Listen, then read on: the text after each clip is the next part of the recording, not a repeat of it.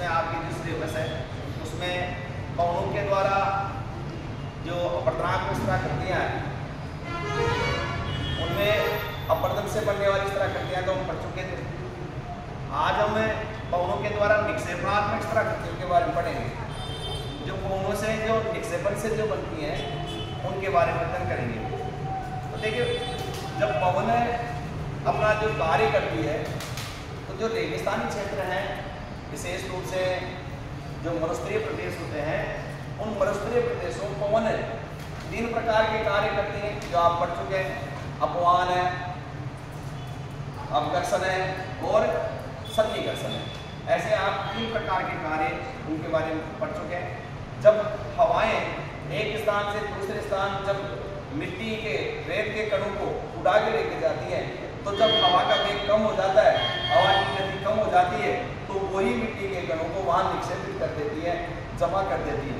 उनसे जो जमाव से जो रेत के जमाव से जो बनते हैं उन्हें बारू टीरे या रेत के टीरे या मिट्टी के टीरे कहते हैं, जो विभिन्न आकार के बनते हैं। रेत के जो टीरे बनते हैं वो विभिन्न आकार के बनते हैं। रेत का जो जमाव है वो जमाव ही सबसे महत्वपूर्ण है, क्योंकि रेत का जमाव होगा। अब रेत के जमाव से विभिन्न आकृति के जो डिब्बे बनते हैं उनमें सबसे महत्वपूर्ण होता है बरखान। बरखान किस प्रकार के रेत के टीरे हैं? बरखान जो होते हैं वो अर्धचंद्राकार आकृति के टीरे होते हैं। अर्धचंद्राकार यानी इनकी जो भुजाएं हैं, ये 2 भुजाएं, ये हवा की दिशा में होती है। सबसे इम्पोर्टेंट ये कि बरखान की जो आकृति है अर्धचंद्राकार या नवचंद्राकार होती है। हम इसको नवचंद्राकार कह सकते हैं। नवचंद्राकार, नवचंद्राकार या अर्धचंद्राकार, अर्धचंद्राकार। अब ये आपके ट्यूशन में भी आ सकता है या ऑप्शन में भी पूछा जा सकता है कि नवचंद्राकार जो रेतीले टीले होते हैं उन्हें किस नाम से जाना जाता है, या अर्धचंद्राकार जो रेतीले टीले होते हैं उन्हें किस नाम से जाना जाता है? तो उस नाम से क्या होगा? बरखान। बरखान की जो आकृति है वो इस प्रकार से, ये हवा की दिशा है, ये पवन है, पवन की दिशा है।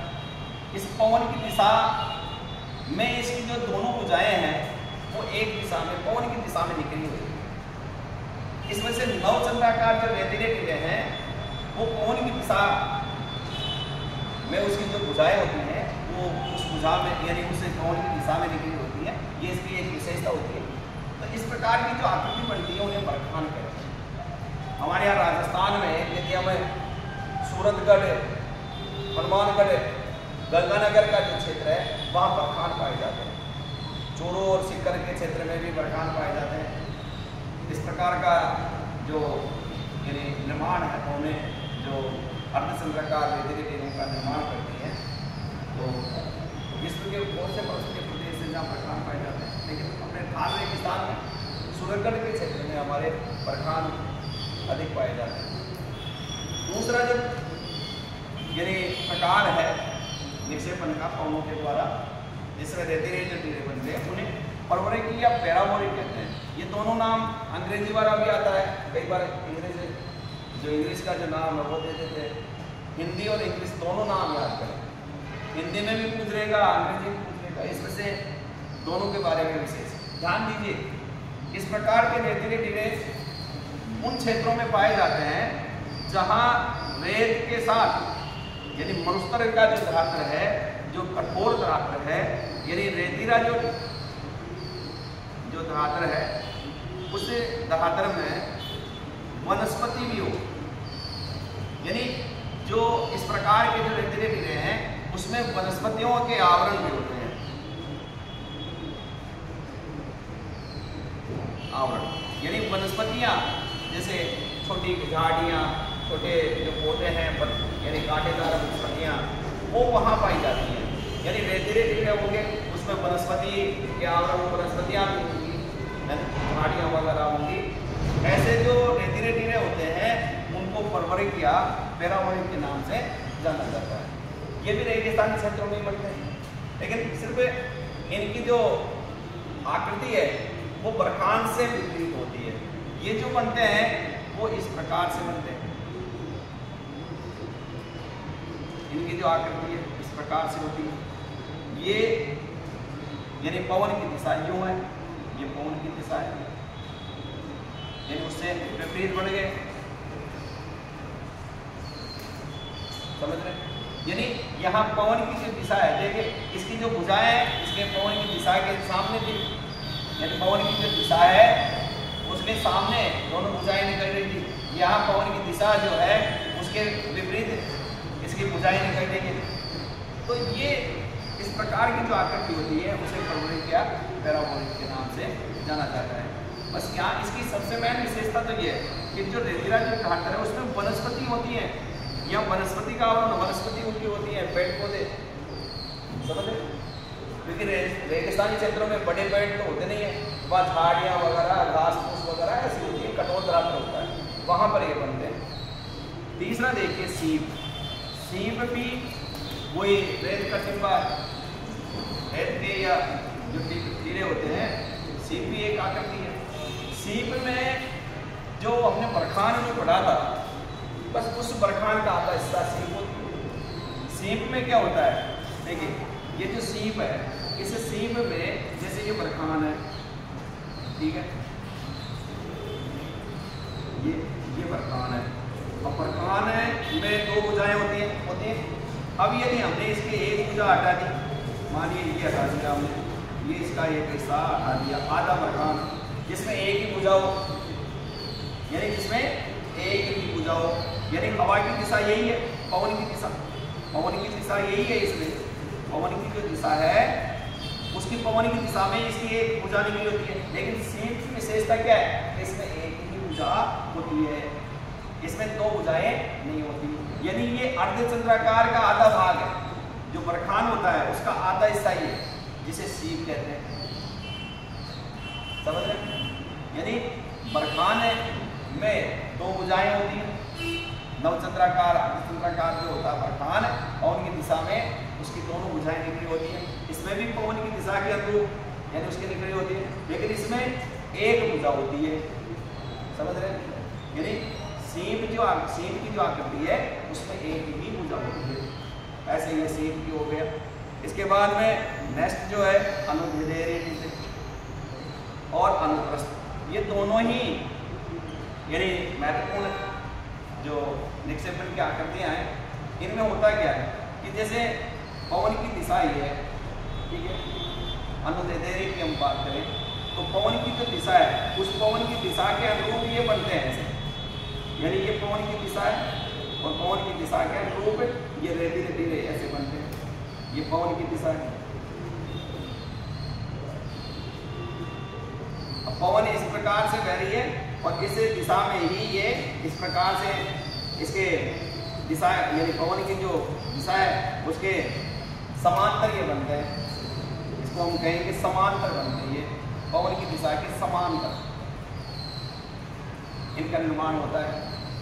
हाँ, इनकी एक विशेषता और है, इनकी ऊंचाई कम होती है, लंबाई इनकी अधिक होती है, लेकिन ऊंचाई इनकी कम होती है। अब देखो ऊंचाई कम कैसे होती है, सीधा सीधा है, हवा की दिशा में बढ़ रहे हैं। अब हवा की दिशा में बढ़ रहे हैं तो हवा के साथ मिट्टी उठके भी तो जाएगी, तो जमाव कम करेगी। यानी कहने का मतलब है पवन की दिशा है, पवन है जब इनका जमाव करती है तो ऐसे क्रम से करती है, इस वजह से उनकी ऊंचाई कम होती है। क्योंकि हवा देखो सबसे पहले तो ये देखो पवन का निक्षेपण कब होगा, पवन का निक्षेपण कब होगा, जब हवा की गति कम हो जाएगी। अपवर्तन कब होगा, जब हवा की गति ज्यादा होगी। जब हवा तेजी से हवा का वेग तेज होगा तो वो क्या करती है, अपवर्तन करती है। ऐसे ही हमने नदियों में पढ़ा था, नदी का वेग तेज होगा तो क्या करेगी, अपवर्तन। नदी का वेग कम होते ही क्या करेगी, निक्षेपण। सीधा सीधा पवन का वेग तेज है तो अपवर्तन करेगी, पवन का वेग कम होते ही क्या करेगी, निक्षेपण। अब यहाँ पवन का वेग कम हो गया, हवा का वेग कम हो गया, इस वजह से क्या कर रही है, निक्षेपण। तो निक्षेपण करते करते इसकी लंबाई, इस वजह से इसकी सबसे बड़ी विशेषता क्या होती है, अनुदैर्घ्य रेतीले जो टीले होते हैं इनकी बड़ी विशेषता होती है कि इनकी लंबाई अधिक होती है परंतु ऊंचाई कम होती है, इनकी ऊंचाई कम होती है। ये इनकी सबसे बड़ी विशेषता है। और ये पवन की दिशा के समांतर बनते हैं। कहाँ बनते हैं भाई? समांतर बनते हैं। आप RS 3 देंगे तो वहां भी इनमें से प्रश्न आए, first grade, second grade, third grade, कोई भी आप एग्जाम देंगे उनमें से ये प्रश्न आएंगे। क्योंकि राजस्थान का ये जो पवनों का जो कार्य है ये राजस्थान वाले टॉपिक में भी है। आप राजस्थान ज्योग्राफी पढ़ेंगे वहां भी ये पढ़ सकते हैं, समझ रहे हैं? यानी ज्योग्राफी का पार्ट है, इसमें से पवनों के द्वारा जो कार्य है वो राजस्थान से संबंधित है। थार का मरुस्थल कहाँ है? राजस्थान में, इसमें से वहाँ ये चीज़ हम पढ़ते हैं। इसमें से राजस्थान में जो एग्जाम हो रही है उनमें से ये प्रश्न कई बार पूछे गए हैं। अब बात करते हैं अनुप्रस्थ की। अनुदैर्ध्य तो हो गए, इसके बाद में क्या आता है? अनुप्रस्थ। अब अनुप्रस्थ जो रेत के टीले होते हैं इनकी जो यानी आकृति है वो पवन की दिशा के समकोण पर होती है। जैसे मानो ये पवन की दिशा है, ठीक है। अब पवन की दिशा के, ये पवन की दिशा है, पवन की दिशा, पवन की दिशा है तो ये जो अनुप्रस्थ जो बनते हैं वो रे इस प्रकार से बनते हैं, यानी इसके समकोण पर बनते हैं, ऐसे बनते हैं, यानी पवन की दिशा के समकोण पर बनते हैं। ये अनुप्रस्थ की है, यानी अनुप्रस्थ जो चीजें बनते हैं वो पवन की दिशा के समकोण पे बनते हैं। पवन की दिशा के समकोण पर बनते हैं। बस यहाँ दो चीजें आपको याद रखनी है।